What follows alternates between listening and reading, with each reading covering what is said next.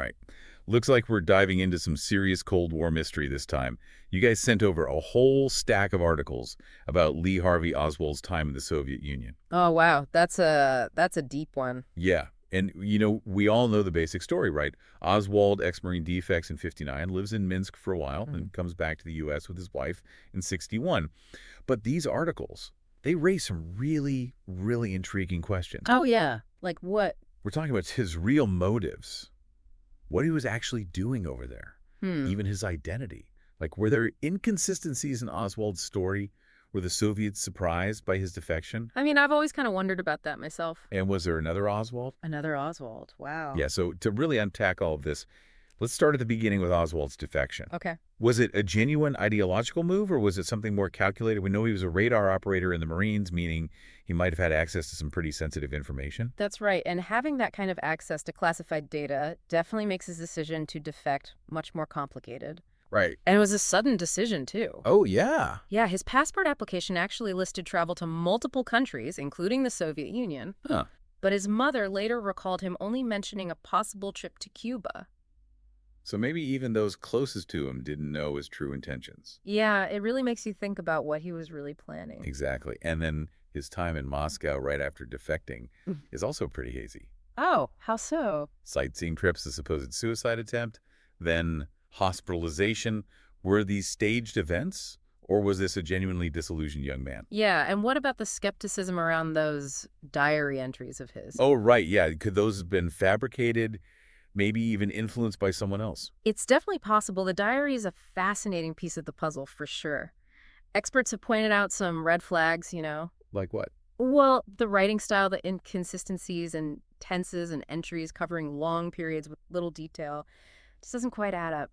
So you're saying they could have been written under duress or possibly rewritten later under someone else's direction? It's a theory that's been floated around, for sure. Wow, and then there's that odd detail about another American defector being hospitalized upon arrival in Moscow, just like Oswald. Coincidence? Or was there some kind of predetermined protocol for handling American defectors? That's a great question. It really makes you wonder if Oswald's case wasn't unique, Right, like there might have been a system in place. Exactly. And then we have Oswald's visit to the U.S. Embassy to renounce his citizenship. Right? Reports describe him as arrogant and aggressive, even offering to give the Soviets radar secrets. Whoa, offering military secrets, that adds a whole new layer of complexity to this whole thing. Right, like was he genuinely committed to defecting, or was there something else going on? Was he playing a role, maybe even trying to infiltrate Soviet intelligence? Well, the telegram sent to the Secretary of State highlighting Oswald's offer shows how seriously American officials took this threat. Absolutely, and it gets even more complex when you realize that the execution of his renunciation was delayed. Yeah, officials cited dubious circumstances surrounding defections in the Soviet Union. Huh. So were they already suspicious of Oswald's motives? It certainly seems that way. That delay is significant, don't you think? For sure, it tells us that American authorities weren't just accepting defections at face value, especially during the Cold War. They knew the possibility of double agents and disinformation was very real. Right, and then there's the whole media circus surrounding Oswald. Yeah. He did a bunch of interviews, but they're full of contradictions and things that were left out. Early news reports were later changed too, which makes you wonder if there was censorship or an attempt to control what people knew.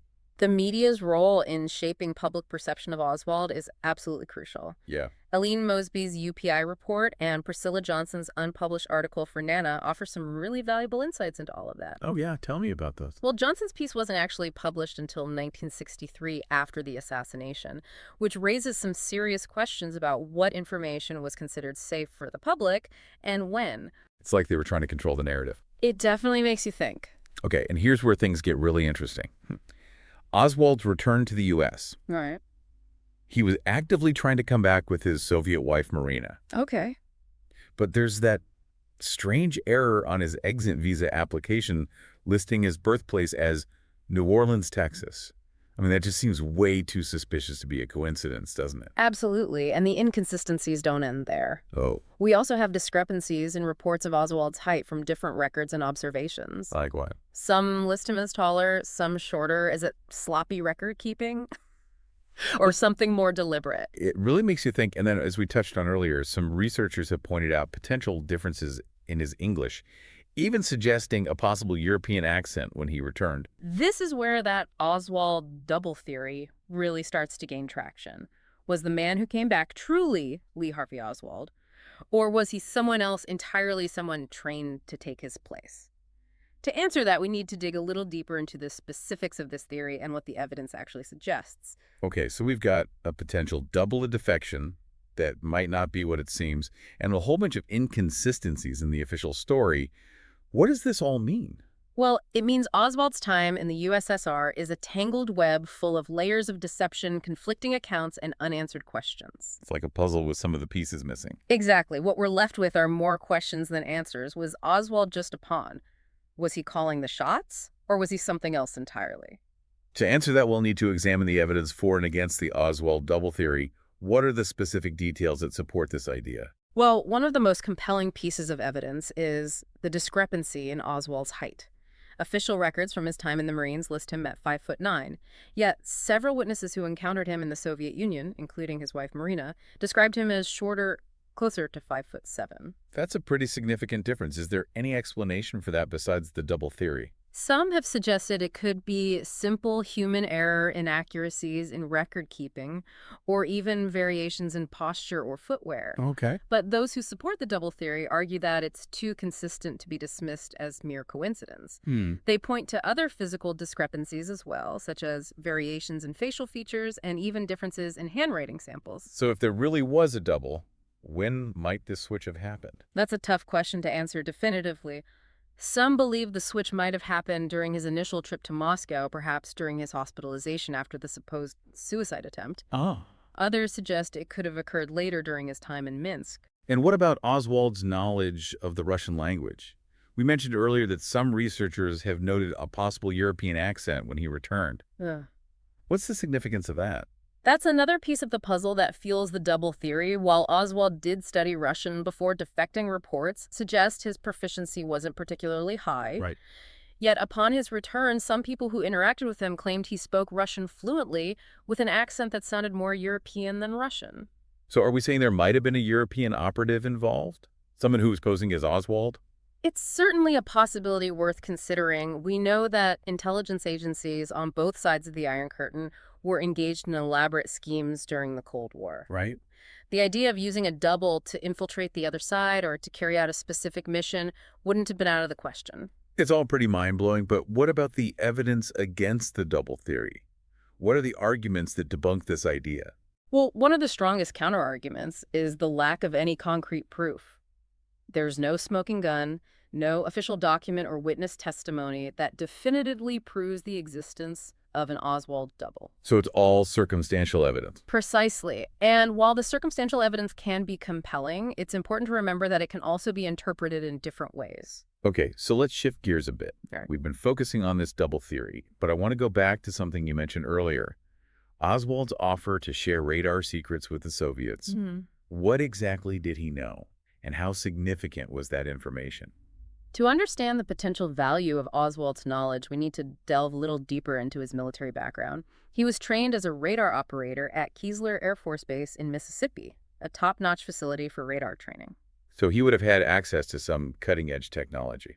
Absolutely, and this was during a time when radar technology was rapidly advancing. It was crucial for both defense and intelligence gathering. Oswald's training focused on U-2 spy planes, which were capable of high-altitude reconnaissance missions over Soviet territory. I see. He learned about radar detection systems, tracking techniques, and the capabilities of Soviet radar equipment. So if he defected and shared that information with the Soviets, it would have been a major intelligence coup for them. Without a doubt, it could have compromised U-2 missions, potentially allowing the Soviets to avoid detection and gather counterintelligence. Did the U.S. government ever determine if Oswald actually did share this information with the Soviets? That remains one of the many unanswered questions surrounding Oswald while he offered to divulge secrets.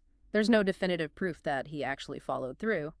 Some speculate that his offer might have been a ploy to gain the Soviets' trust or to enhance his perceived value to them. So yet another layer of mystery to this already complex story. It's like every time we peel back a layer, we find more questions. That's the nature of this case.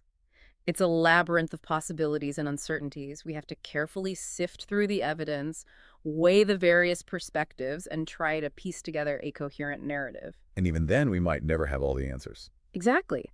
But that doesn't mean we should stop searching. The pursuit of truth, even if it's elusive, is a worthy endeavor.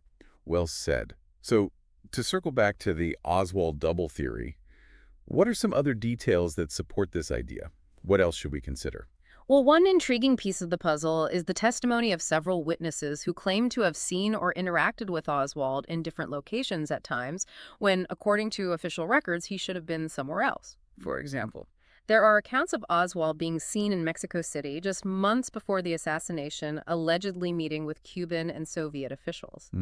These sightings haven't been definitively corroborated, but they add to the overall intrigue and raise questions about Oswald's movements and potential connections. That's fascinating. So we have these potential sightings in Mexico City, the height discrepancies, the possible accent, and the inconsistencies in the diary. Are there any other pieces of evidence that we should examine in relation to this theory? There are a few more, but they tend to be even more speculative and rely heavily on conjecture. Oh, like what? For instance, some researchers have pointed to inconsistencies in photographs of Oswald, claiming that certain features, such as earlobes and hairline, appear different in photos taken at various points in his life. So they're suggesting that these discrepancies are proof of different individuals posing as Oswald.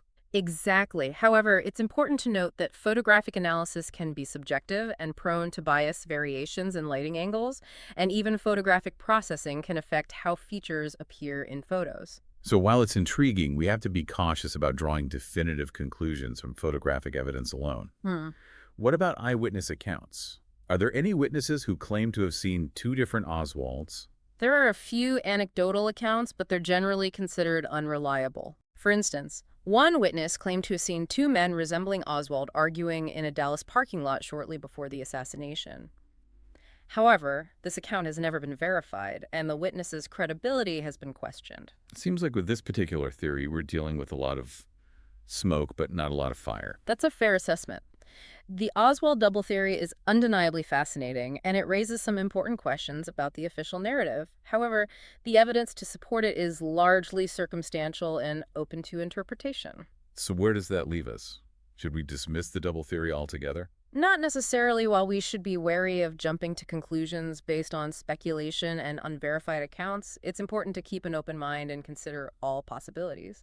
The lack of conclusive evidence doesn't automatically disprove a theory, especially when dealing with events as complex and controversial as the Kennedy assassination. That's a good point. Sometimes the absence of evidence can be just as intriguing as the presence of evidence. Right. It leaves room for speculation and encourages us to dig deeper to search for those missing pieces of the puzzle. Exactly, and that's what makes this deep dive so compelling. We're not just rehashing old facts. We're engaging in critical analysis, weighing different perspectives, and challenging assumptions. And hopefully through this process, we can gain a more nuanced understanding of this pivotal moment in history and its lasting impact. Speaking of pivotal moments, let's delve into Oswald's return to the U.S. The timing is curious, considering the heightened tensions with Cuba at the time. You're right. Oswald arrived back in the U.S. in June of 1961, just a few months after the Bay of Pigs invasion, a failed attempt by the CIA to overthrow Fidel Castro. Right. The timing raises questions about whether Oswald's return was simply a coincidence or if it was somehow connected to the escalating Cold War conflict. So are we suggesting Oswald might have been sent back to the U.S. as part of some clandestine operation related to Cuba? It's a theory that has been explored by some researchers. They point to Oswald's alleged pro-Castro leanings and his contacts with Cuban officials in Mexico City as potential evidence. But wouldn't the Soviets have been hesitant to let him go, especially if they suspected he might be involved in activities against Cuba, their ally? That's where things get even more complicated. The Soviets' motives in allowing Oswald to return to the U.S. remain unclear. Okay. Some speculate that they might have grown disillusioned with him, seeing him as unstable or unreliable.